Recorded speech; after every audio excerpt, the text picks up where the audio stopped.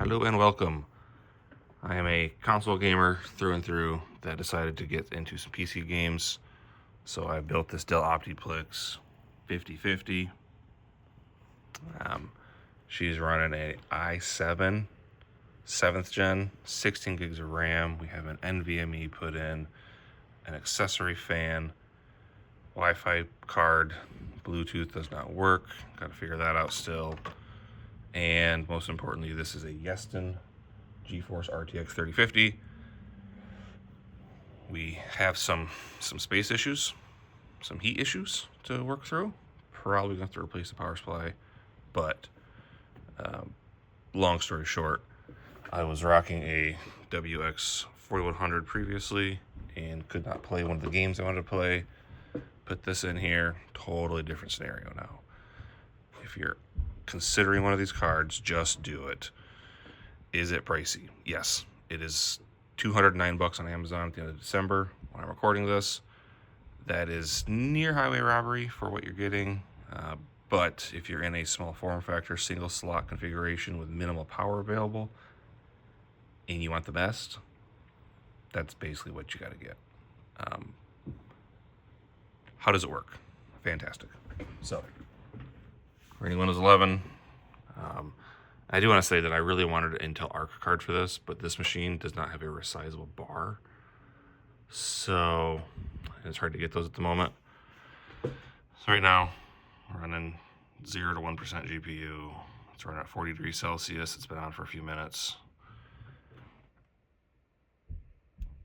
I have this turned off, and I have power maximum percent down to 97 just to give me that little bit of leeway.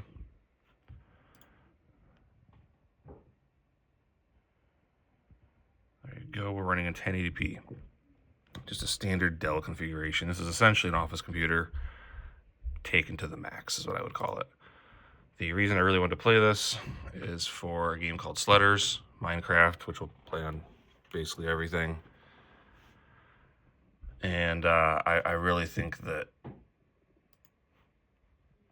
it's a pretty fantastic setup is all I can really say. So this is a very uncommon game, but it's very GPU heavy. So I was a little bummed when I got it and I was only getting, 10, 20 FPS. Put the Yeston in, completely different story now. So I can play this game on, so I'm on high, and even we can go to very high, which is fine. I'll leave that the way it is. So just under ultra, basically. Take the rendering distance down a tiny bit, and it's gonna play fantastic. It's that simple. I guess I'm gonna use the term modern card, but it's just fantastic. It really is. The temperature is the biggest issue. So right now we're up to 50 already, 48C, 55C, and I'm just gonna move around a little bit here. We're keeping 40 FPS, 50 FPS, which is completely playable. I'm not a huge gamer guy. As you can see, I'm playing one-handed right now. But as far as the temperature, that's the biggest issue. And I suspect this is probably not looking the best through an iPhone 15, but we're using 99% GPU, 70 degrees, and it will get up to about 83 is what I've noticed. It seems to really to be at. Nice. This is really hard to play one-handed with a PS5 controller. And we just heard at 75, she really starts to spin up. So she's making a lot of heat. It's essentially taking quite a bit of power, and 66 watts right now, and it is essentially, it has nowhere to suck air. Even with this little fan going here, this whole setup is as incorrect as it gets. I believe this is pushing air this way, this is pushing air this way, and this is trying to suck what's left. So taking the case off does cool it down by about 3 degrees, but I've got to figure out some cooling. That being said, I've played it for several hours straight, no problems. It's rock solid. Does its thing. If we go into the settings and just knock the game down a tiny bit to high,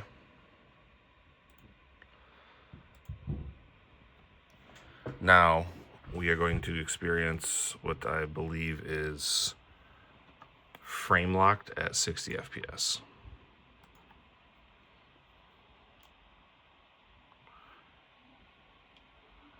So the game's extremely smooth outside of my ability to do things. But we're stuck right where we need to be, essentially, at a very, very high frame rate. Coming from a guy that doesn't really, I'm not a huge gamer guy, but will it play things? Absolutely.